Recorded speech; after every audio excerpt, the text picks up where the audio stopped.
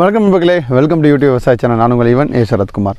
வருஷம் ஃபுல்லாக கத்திரிக்காய் சாகுபடி பண்ணுற மாதிரி புதிய டெக்னாலஜி அப்படிங்கிறது லாஸ்ட் 2 இயர்ஸாக மார்க்கெட்டுக்குள்ளே போயிட்டுருக்கு, உங்களுக்கு தெரியும். ஸோ இந்த ஒட்டுக்கட்டுங்கள் அப்படின்னு சொல்லக்கூடிய ரூட் ஸ்டாக் அண்ட் சயான்னு சொல்லக்கூடிய வேர் பகுதியில் வேறு தாவரத்தோட வேர் பகுதியும் நுனி பகுதியில் மேல் பகுதியில் பார்த்தீங்கன்னா இன்னொரு தாவரத்தோட இதையும் வச்சு கிராஸ் பண்ணி பண்ணுறது தான் இந்த ஒட்டுக்கட்டு முறைகள், கிராஃப்டிங் மெத்தட் ஆஃப் பிளான்டிங் அப்படின்னு சொல்லுவாங்க. இது ஏசெக்ஷுவல் ப்ராபகேஷன் அப்படிங்கிற பெயரில் தோட்டக்கலைத்துறை பயிர்களோட ஒரு அட்வான்ஸ்டு வெர்ஷன் கூட சொல்லலாம். இந்த ஒட்டுக்கண்கள் மூலமாக வரக்கூடியதோட பெனிஃபிட்ஸ் என்னென்ன, இதில் என்னென்னலாம் பாயிண்ட் ஆஃப் வியூ இருக்குது, எவ்வளோ ரேட்டு வரும், எப்படி பண்ணலாம், யார் பண்ணி கொடுக்குறா, எந்தெந்த மாதிரி இதில் கீ ஃபீச்சர்ஸ் இருக்குது அப்படின்னு பார்த்தா இன்றைக்கி இந்த வீடியோ நம்ம பார்க்க போகிறோம். இப்போ தான் நீங்கள் ஃபஸ்ட் டைம் யூடியூப் விவசாய சேனலோட வீடியோ பார்க்குறீங்க அப்படின்னா யூடியூப் விவசாய சேனல் சப்ஸ்கிரைப் பண்ணி வச்சுக்கோங்க. இந்த வீடியோவை விவசாயம் பண்ணக்கூடிய உங்கள் ஃப்ரெண்ட்ஸ் எல்லாத்துக்கும் ஷேர் பண்ணுங்கள். டில் லாஸ்ட் வரைக்கும் இறஞ்சுங்க, அப்போ தான் நான் என்ன சொல்ல வரேன் அப்படிங்கிறது உங்களுக்கு தெரியும். Welcome but sure, welcome to YouTube விவசாய சேனல். நான் உங்கள் ஈவன் சரத்குமார். இன்றைக்கி இந்த வீடியோவில் கிராஃப்டிங் மெத்தட் ஆஃப் பிரிஞ்சால் அப்படி பற்றி பார்க்க போகிறோம். பொதுவாக இதுங்கிறது கத்திரிக்காய் அப்படிங்கிறது பார்த்திங்கன்னா வருடாந்திர பயிர். நல்லா பராமரித்தோம் அப்படின்னா வருஷம் ஃபுல்லாக வரும். நெமட்டோட் இன்ஃபெக்ஷன்ஸு, வறட்சி தாங்காமல் போகிறது, உப்பு தண்ணினால் அடைப்பு ஏற்பட்டு அதனால் காயோட இது பாதிக்கப்படுறது, இதெல்லாம் மேஜர் இஷ்யூவாக விவசாயிகளுக்கு இருக்கும். இதை தாண்டி பார்த்தோம் அப்படின்னா இதில் மெயின் பிரச்சனை அப்படிங்கிறது புழு மேலாண்மை. இந்த புழு மேலாண்மை அப்படிங்கிறது பார்த்திங்கன்னா உங்களுக்கு நுனி கொடுத்து புழுன்னு சொல்லிட்டு நுனியில் வரும். அது காய்க்குள்ள வரக்கூடிய காய்ப்புழு, இதெல்லாம் நிறைய இடங்கள்ல நமக்கு இந்த பிரச்சனை வரும். அதை தாண்டி பார்த்தோம் அப்படின்னா இந்த ட்ரிப்ஸ் இன்ஃபெக்ஷன் சொல்லக்கூடிய இந்த மாதிரி காயெல்லாம் மேலே கரையாக வர்றது, இதெல்லாம் நிறைய பிரச்சனைகள் விவசாயிகள் ஃபேஸ் பண்ணிட்டுருக்காங்க.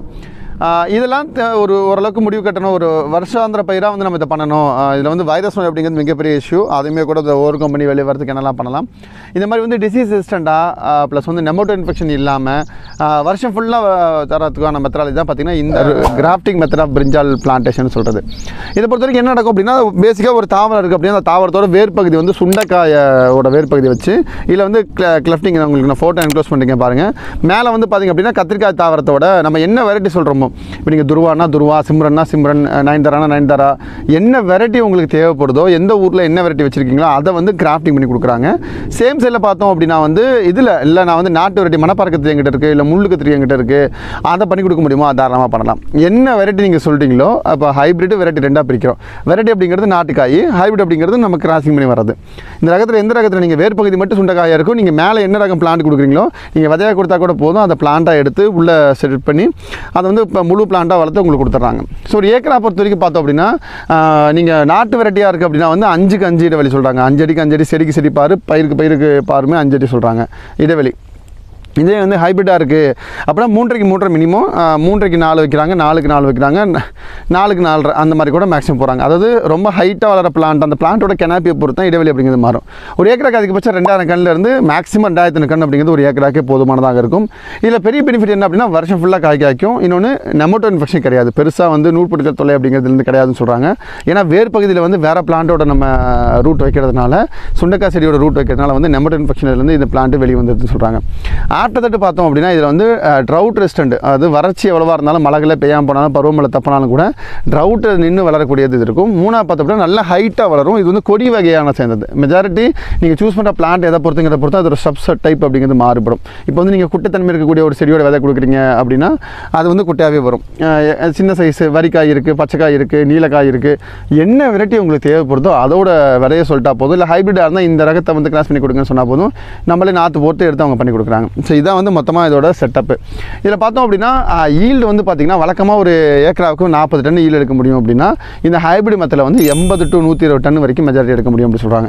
கிட்டத்தட்ட 120 டன் அப்படிங்கிறலாம் ரொம்ப அசால்ட்டாக பண்ணிட முடியுது. எந்த அளவுக்கு நம்ம ப்ராப்பராக நியூட்ரியன்ஸ் கொடுக்குறோம், ப்ராப்பராக சத்து மேலாண்மை பண்ணுறோம், ப்ராப்பராக நம்ம பூச்சி நோய் மேலாண்மை பண்ணுறோம் அப்படிங்கிறத பொறுத்து இதோட மகசூல் அப்படிங்கிறது ரெட்டிப்பாக்குறதும் மும்மடங்கு ஆக்குறதும் அப்படிங்கிறது விவசாயியோட கையில் இருக்குது. ஸோ ஒரு கேரக்டரை மாற்றுறது மூலமாக வேறு பகுதியில் சுண்டைக்காயோட செடியும் மேல் பகுதியில் கத்திரிக்காயோட செடியும் மாற்றி கொடுக்கறதுனால இதோட நேச்சர் மாறுது. அதனால் அதிகப்படியான மகசூல் உற்பத்தி அப்படிங்கிறது எந்த வகையிலுமே சுணக்கம் இல்லாமல் சரியான பாதை நோக்கி போகுது அப்படிங்கிறது எந்த மாட்டுக்கிறது கிடையாது. இதுதான் மெஜாரிட்டியாக தான் இதில் பேசப்படக்கூடிய விஷயம் அப்படிங்கிறது. நீங்கள் பச்சன் நர்சரியில் இந்த செட்டப்பை புதுசாக எக்ஸ்டென்ஷன் பண்ணியிருக்கோம். பச்சன் நர்சரியில் நம்ம 4 நாற்று கொடுத்துருக்கோம் இல்லையா, இந்த பயிரோட கீ ஃபீச்சர்ஸ் அப்படிங்கிறது இதுதான். இதெல்லாம் தான் அதில் வித்தியாசம் சொல்கிறாங்க. இன்னொன்று எவ்வளோ பெரிய உப்பு தண்ணியாக இருந்தால் கூட போதும், அதுலேயுமே இது தாராளமாக வளரும். சிலங்களும் உப்பு தண்ணிக்கு கத்திரிக்காய் பெருசாக வராது, காய் கல் மாதிரி ஆகிடும், ஸ்பாஞ்சியாக வராது, அம்பத்தினா நல்லாயிருக்கும். அறுத்தோம்னா உள்ள விதையாக இருக்கும். இதெல்லாம் வந்து அதிகமாக உப்பு தண்ணி சாலினிட்டி வாட்டர் இருக்கிறதுனாலையும் சாயோட பிஹெச் கொஞ்சம் முன்ன பண்ண இருக்கிறதுனாலையும் அசிடிட்டிலேருந்து அல்கலினிட்டி தாண்டி சாயிலோட பிஹெச் 6:30 மேலே 7:30 மேலாம் போச்சு அப்படின்னா, தண்ணியோட அளவு TDS லெவல் ரொம்ப எக்ஸ்ட்ரீமாக போச்சு அப்படின்னா அந்த காய் வந்து கல் மாதிரி மாற பிரச்சனை, அறுத்தா உள்ள விதையாக இருக்கும், பெருசாக வந்து விலை போகாத மார்க்கெட்டில், இந்த மாதிரி பிரச்சனைகள்லாம் உப்பு தண்ணி அதிகமாக இருக்கனால வரும். அப்படி உப்பு தண்ணி அதிகமாக இருக்கக்கூடிய பயிர்களுக்கு, உப்பு தண்ணி அதிகமாக இருக்கக்கூடிய நிலங்களில் இந்த ரூட் ஸ்டாக் சயானம் மாற்றி வரக்கூடிய இந்த சுண்டைக்காயில் ஒட்டு பண்ணக்கூடிய இந்த வெரைட்டி அப்படிங்கிறது ரொம்பவே சூட் ஆகும் அப்படிங்கிறதுல எந்த மாட்டுக்கிறதும் கிடையாது. ஸோ மெஜாரிட்டி சொல்ல போனால் இந்த 5 பாயிண்ட் தான், இந்த 5 தான் வந்து ரொம்ப இம்பார்ட்டன்ட். ஸோ மார்க்கெட்டில் நீங்கள் என்ன காய்கறி என்ன கத்திரிக்காய் வந்து விளைவிக்கணும்னாலும் சரி, அந்த கத்திரிக்காயோட பேஸ் மட்டும் நீங்கள் கொடுத்தா போதும், எந்த வெரைட்டின்னு சொன்னால் போதும். இல்லை நீங்கள் வந்து நாற்றே கொடுத்தாலும் சந்தோஷம், இல்லை விதையை கொடுத்தாலும் சந்தோஷம். அதை பேஸ் பண்ணி இதை வந்து சாப்பிட்டிங்க உங்களுக்கு பண்ணி கொடுக்குறாங்க. ஸோ இதில் காஸ்ட் அப்படிங்கிறது பார்த்தீங்கன்னா ஒரு பிளான்ட்டோட காஸ்ட்டுங்கிறது 12 ரூபா வருது. ஸோ ஒரு ஏக்கராவுக்கு 2000 மினிமம், மேக்ஸிமம் 2500 இடைவெளியை பொறுத்து, ஹைப்ரிட்டாக வெரைட்டியாகிறத பொறுத்து முன்ன பண்ண மாறும். இது நீங்கள் கொடுத்தீங்க அப்படின்னா 60 to 65 நாட்களுக்குள்ள வந்து உங்களுக்கு ரெடி பண்ணி கொடுத்துருவாங்க. அதுக்கப்புறம் நீங்கள் அந்த 60 நாட்களில் காட்டை ஓட்டி ரெடி பண்ணி வச்சு பண்ணிக்கிறது பெஸ்ட்டு. நான் என்ன சஜஸ்ட் பண்ணுறேன் அப்படின்னா, மல்ச்சிங் ஷீட் போட்டு ட்ரிப்பை போட்டு பண்ணுறவங்களுக்கு வந்து இது ரொம்பவே சூப்பராக இருக்கும். ஏன்னா மல்ச்சிங் ஷீட் போட்டு ட்ரிப்பை போட்டு பண்ணுறவங்களுக்கு பார்த்தீங்க அப்படின்னா நல்லாவே வந்து இரிகேஷன் மெத்தட் ஈஸியாக கொடுக்க முடியும், தண்ணி நல்லா கொடுக்க முடியும், ஃபெர்டிலைசேஷன் நல்லா போயினா. இது வந்து வருஷாந்திர பயிராக நீங்கள் பிளான் பண்ணலாம். கிட்டத்தட்ட கரும்பு எப்படியோ மஞ்சள் எப்படியோ அதே மாதிரி இது வந்து வருஷ பயிராக நீங்கள் பிளான் பண்ணலாம். ஸோ வருஷம் ஃபுல்லாக ஓரளவுக்கு நல்ல பைசா பார்க்கணும் அப்படின்னு நினச்சிங்கன்னா, நல்லா பராமரிச்சோன்னா 120 டன் அப்படிங்கிறது ரொம்ப அசால்ட்டாக இருக்க முடியும் அப்படிங்கிறது தான் விவசாயிகளோட கணிப்பாக இருக்குது. ஸோ நீங்கள் இந்த ஒட்டுக்கட்டுற இதை வச்சு நீங்கள் ஆல்ரெடி எக்ஸ்பீரியன்ஸாக இருந்தீங்கன்னா கீழே கமெண்ட் கமெண்ட் பண்ணுங்கள். இதே மாதிரி டொமேட்டோவும் பண்ண முடியும் அப்படின்னு சொல்கிறாங்க. ஸோ டொமேட்டோவுமே இதே மாதிரி நல்ல எந்த ரகம் நீங்கள் இது பண்ணால் அது மேக்ஸிமம் பண்ணிங்கன்னா அதையுமே வந்து இதில் கிராஸ் பண்ணி கொடுக்க முடியும் அப்படிங்கிறது தான் பாயிண்ட் ஆஃப் வியூ. இது நிறைய இடங்களில் வந்து சக்ஸஸ்ஃபுல்லாக போயிட்டு கூடிய மெத்தடு. இந்த மெத்தடாலஜி இப்போ பர்சனல் நர்சரி நம்ம இன்ட்ரடியூஸ் பண்ணி வச்சுருக்கோம். ஸோ நீங்கள் இதோட தேவை இருந்தது அப்படின்னா ஸ்க்ரீனில் தெரிய நம்பருக்கு கூப்பிட்டு எங்கள் டீமை தொடர்பு கொண்டு இந்த பெனிஃபிட் வந்து யூட்டிலைஸ் பண்ணிக்கோங்க அப்படிங்கிறது மூலமாக சொல்லி ஆசைப்படுறேன். இந்த மாதிரி நிறைய விவசாய சம்மந்தப்பட்ட தகவல் தெரிஞ்சுக்கிறதுக்கு மறக்காமல் யூடியூப் சேனல் சப்ஸ்கிரைப் பண்ணிவிடுங்க.